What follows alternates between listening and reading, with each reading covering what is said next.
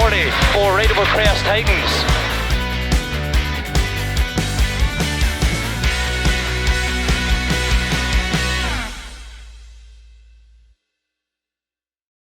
Last time out then in the British Rally Championship, it was victory for Edwards on the fast and challenging lanes of Belgium, making it 2 victories this season for the reigning champ. And with an equal 2 wins under his belt already, Hyundai driver Tom Kay would have to settle for 2nd place in Ypres, a mistake on shakedown threatening to end those chances before the rally even began.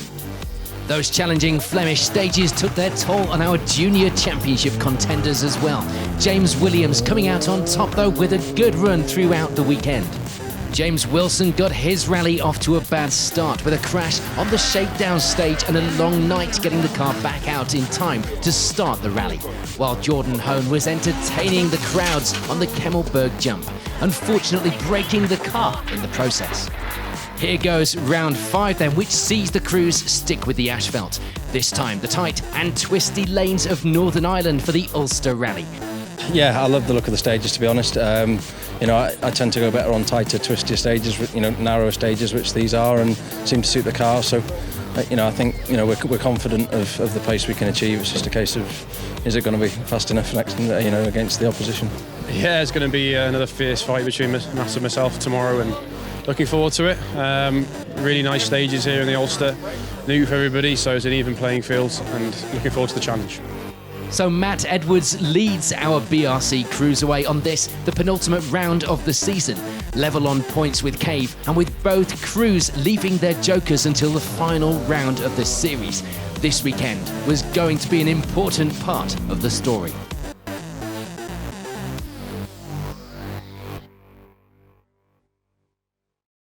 Let's head out onto those fast and furious stages then, and it would be the early lead for this man, Matt Edwards, Patrick Walsh alongside.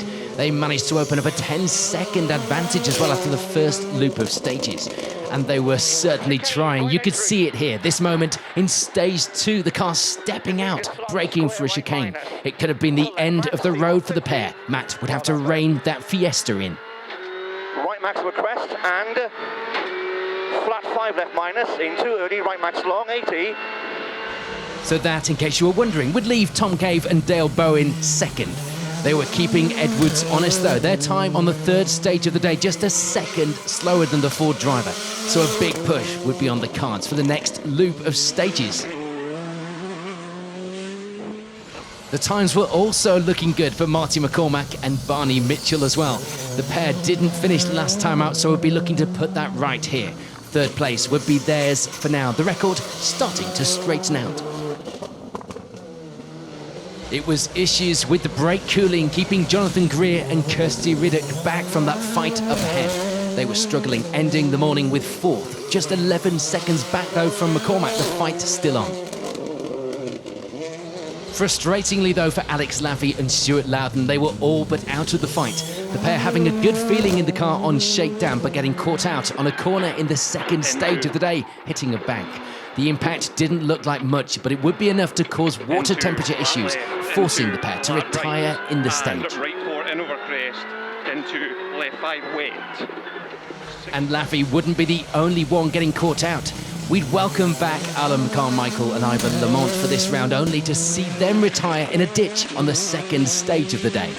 Let's take a look at the hunt for the junior title. It will be the early lead for Josh McGurlin and Keaton Williams. A great start after problems with the car on shakedown meant a late night, working to get the car to the start of the rally. Brake problems would be a worry though. For James Williams and Di Roberts, it would be 2nd. James off the back of his strong result in Belgium, finding the stages slippery but happy with how things were going and of course brimming with confidence. Marty Gallagher and Dean O'Sullivan, meanwhile, would be happy enough with things as well.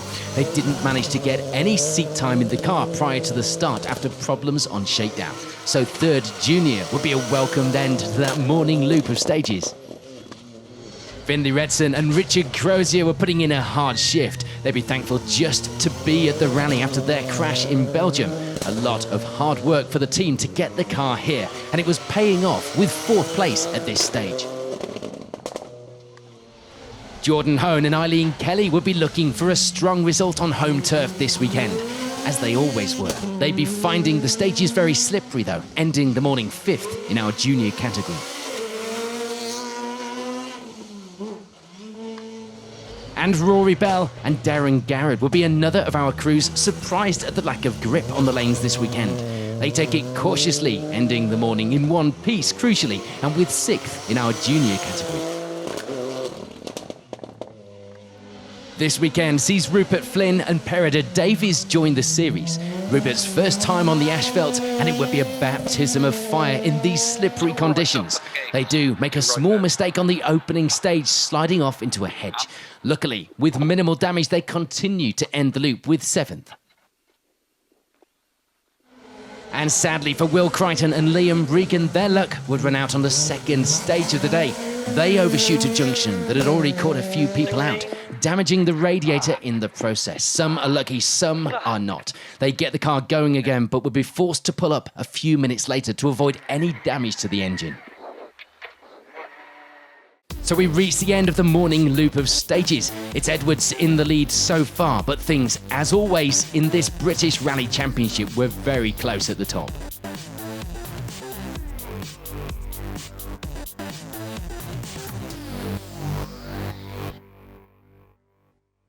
On we go then to the second loop of stages in this compact event here at the Ulster Rally, and there'd be no change at the top of our leaderboard. Matt Edwards and Patrick Walsh keeping hold of the lead of the rally, extending their advantage slightly now too. Tom Cave and Dale Bowen, though, were fighting back, putting in a faster time than Edwards on the first stage of the loop and an almost identical time on the third. Frustratingly for them, the time in stage 5 would be enough to drop them back a little in that hunt. The reason for that? This trip into a field, thankfully not doing any lasting damage other than to the times.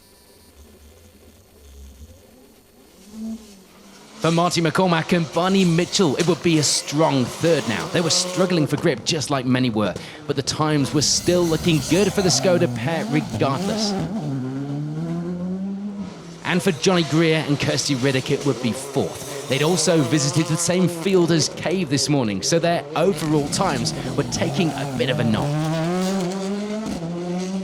There'd be a bit of notable change in the junior category on this loop of stages. James Williams and Di Roberts making the most of the stages drying a little and taking the lead with a big fight back at this stage. That, of course, meant a drop to second for Josh McCurlin and Keaton Williams after their strong start. They knew, though, that second was enough for the championship, so they just needed to keep the pace as it was to the finish, not do anything silly and manage their rally. Easier said than done. Meanwhile, in third place in the junior category, things were going much better on this loop for Jordan Hone and Eileen Kelly. It wasn't looking like they would catch McGurlin on this pace alone, but they would, of course, keep pushing. Rory Bell and Darren Garrett were enjoying the stages now that they had a little more grip to play with, getting quicker as well as the day went on, so it showed. Ending the middle loop of the day in 4th. Would another podium finish be on the cards for the pair? After their mistake this morning, Rupert Flynn and Perida Davies would be doing anything to avoid a repeat. They'd be giving the slippery bits a bit more respect. It was going well, ending the loop with 5th in the juniors and ready for a big push. The morning's problems may have put Will Crichton and Liam Regan out of contention for anything looking like a result, but that wasn't going to stop them enjoying the remaining stages and get some valuable seat time in the car. Things were hardly going to plan either for Marty Gallagher and Dean O'Sullivan. They thought they had problems when a wrong direction on this corner saw them losing overall time, but engine failure would put them out of the event soon afterwards. So 6 grueling stages down, 3 to go here in Ireland. That title fight still looking close at the top, with our junior championship looking like it was going to be taken at the finish this weekend, but it could all change in that final loop of stages. Let's join the action out on the Irish lanes. One championship ready to be sewn up, another looking so close you couldn't call it. We were looking forward to this final loop of stages on the Ulster Rally, and we see Will Crichton and Liam Regan putting in times that would have seen them fighting for the lead. Frustratingly, of course, their earlier problems meant that 6th in the category would be all that they could expect here this weekend.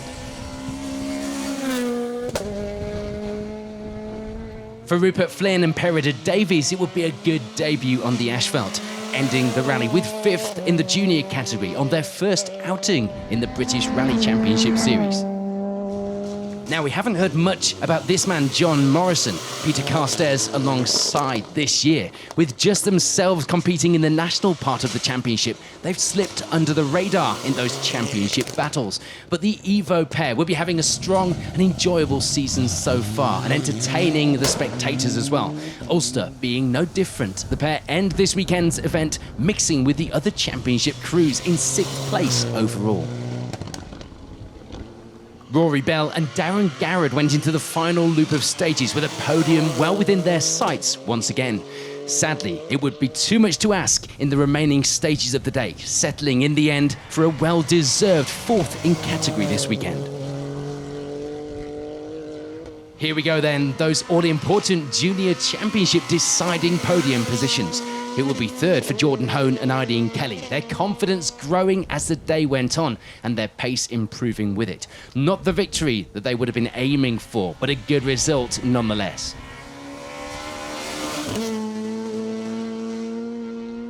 For James Williams and Di Roberts, it would be 2nd, unable to match the victory pace from Belgium. But with these stages being a whole different challenge in the new car, that was understandable. This does put James 3rd in the championship standings after round 5. But that does mean it's victory here in the juniors for Josh McCurlin and Keaton Williams. Not only the victory this weekend, but the pair reaching the finish as BRC Junior Rally Champions for 2019.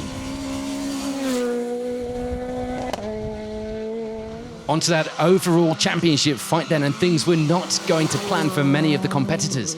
Martin McCormack and Barney Mitchell characterising that perfectly, going wide on this corner but getting away without any issues. Sadly for them, in the following stages things would get worse. They crash out of the rally on stage 9. And after a day riddled with problems on the car, we lose Johnny Greer and Kirsty Riddick. The pair going off the road in stage 8, trying a bit too hard, but going no further. But perhaps in the most notable twist at the end of this rally, we'd also lose championship hopefuls Tom Cave and Dale Bowen. They crash out of the event in stage 8 after getting this corner slightly wrong, proving that the margin for error when fighting at this pace in the British Rally Championship really is slim. So all of that drama today means, of course, it's victory this weekend for Matt Edwards and Patrick Walsh. They did exactly what they came here to do, taking victory and putting them in a leading position going into the final round of the championship. But with the Jokers still to play, it was pretty much winner takes all at the final round of the championship in a few weeks' time. Yes! Well done. Put it there, mate.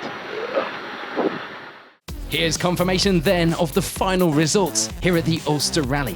That victory for Edwards, putting that 2nd title and the defence of last year's win within grasp, while Josh McCurlin clinches the junior title in front of his home crowd with 1 round to spare.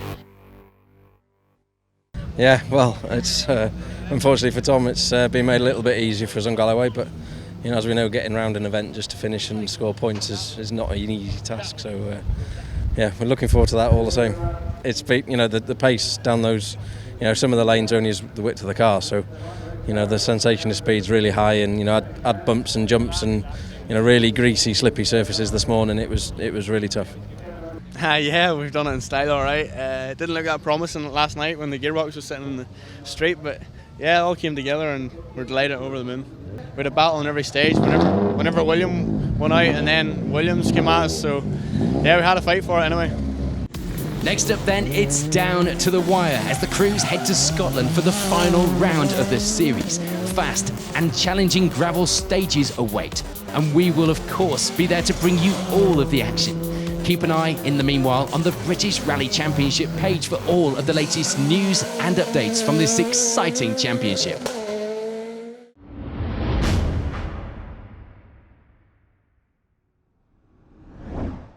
Round 6 of the British Historic Rally Championship then would see our crews remain on the asphalt, this time on the black stuff over the water in Northern Ireland for the Ulster Rally, a compact but challenging route that was surely going to see some changes in the championship standings at this late stage in the season, all to play for. And it all started with a ceremonial start on the Friday evening. Yeah, looking forward to it. Don't know what to expect from the conditions, but certainly looking pretty good. Yeah, good event by the looks of it. After the spectacle of bringing rallying to the people, then it was time to bring the rally cars to the stages. It would be the early lead for Stanley Orr and Graham Henderson. They weren't fazed at all by these conditions, putting in times good enough for a 40-second advantage in the lead after the morning loop. It wouldn't be a surprise at all to see another Irish crew topping our results. Adrian Hetherington and Ronan O'Neill, second fastest over the morning loop, themselves happy with how things were going out there on the stages as well. Championship hopefuls Simon Webster and Jez Rogers would be unsure of what to expect from this weekend. It was different to anything that they'd done before, and these conditions were not exactly playing ball for them. Clearly something was working though, the pair rounding out the podium positions at this stage. It looked like a bit of a cautious choice to run wets on the car, but for Rudy Lancaster and Guy Weaver, it was a choice that seemed to pay off. The slippery stages not catching the pair out. They end the morning with a very strong fourth position. It's a very last-minute entry for this man, Ben Friend, competing this weekend with Jane Edgington alongside, stepping into the co-driver's seat in the final hours. The pair didn't feel like they were committing as much as they could just yet, but the stages were starting to dry out. Bit of hope for them, bit of light at the end of that tunnel. For Barry Stevenson Wheeler and John Pickervance, meanwhile, it would be 6th. They were close on the times to Friend up ahead too, so it would be all to play for through the rest of the stages. And indeed, the times were looking good for Lee Ashbury and Terry Mallin. They were less than 10 seconds back from that crew up ahead, and they were pushing on as well in the escort. Peter and Chris Hetherington would be a little further back on the leaderboard. They end the morning with 8th position, but would be unlikely to catch anyone ahead on stage times alone. There was a bit of frustration for one of our leading crews in that championship fight. Joe Price and Chris Brooks would be 9th place at this stage. They should have been fighting at the top of the leaderboard, of course, but it wasn't to be at this stage. A bit of a struggle here in Ireland. And rounding out the top 10 leaderboard at this stage will be Malcolm and Ron Mounsey, the Sunbeam pair also rounding out the championship crews overall. Some early attrition in the very first stage of the day. We lose Paul Street and Ian Jones with steering issues. So we're 3 stages down, the story of the championship starting to open up, the leaderboard at this point looking like this.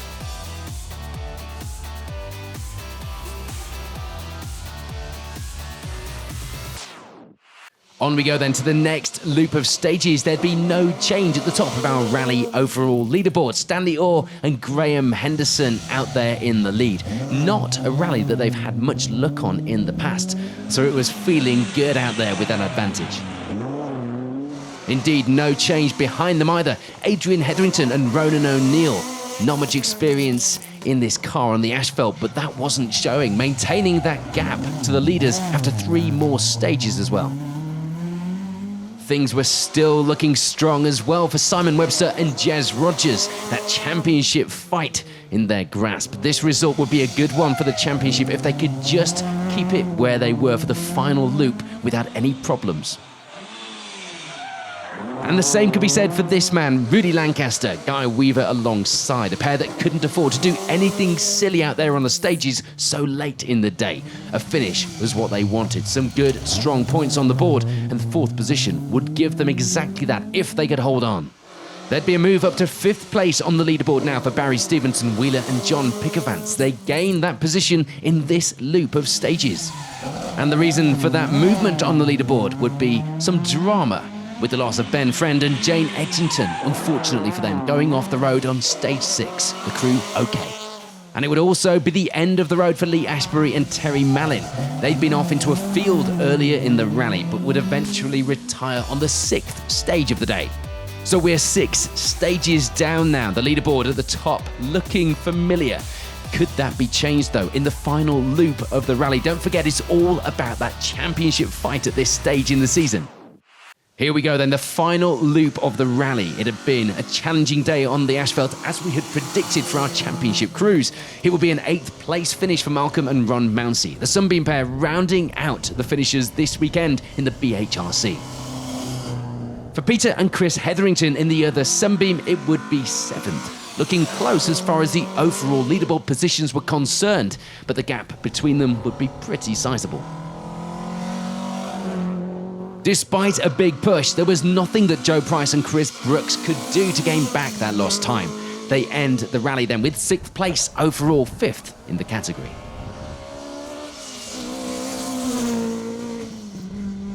Barry Stevenson, Wheeler and John Pickervance keep the pressure on to take 5th. It hadn't been a simple rally by any stretch of their imagination, nor did they expect it to be simple either. They get through mostly in one piece to take that important position. The top of the results mirroring the championship standings as well, though in a bit of a different order. Rudy Lancaster and Guy Weaver reaching the end of the rally with 4th, putting them 3rd going into the final round. For Simon Webster and Jez Rogers, it would be 3rd.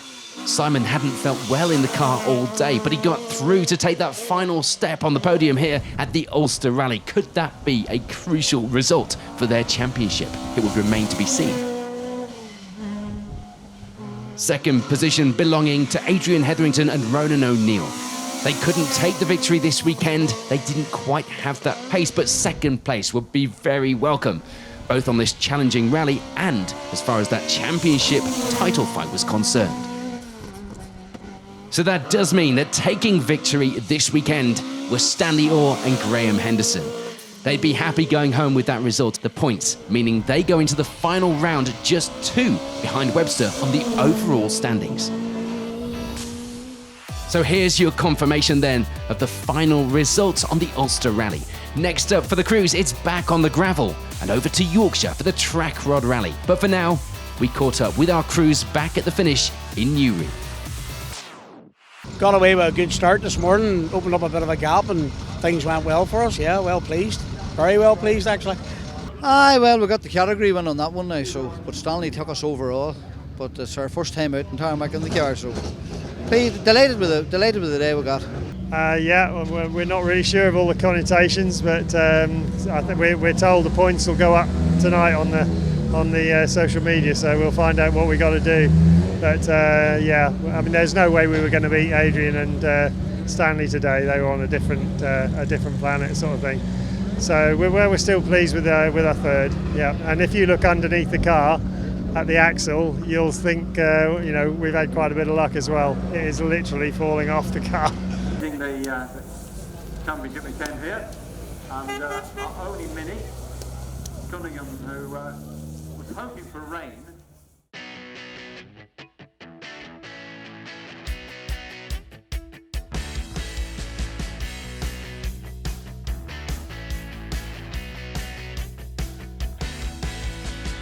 Here, 40 for Raidable Crest Titans.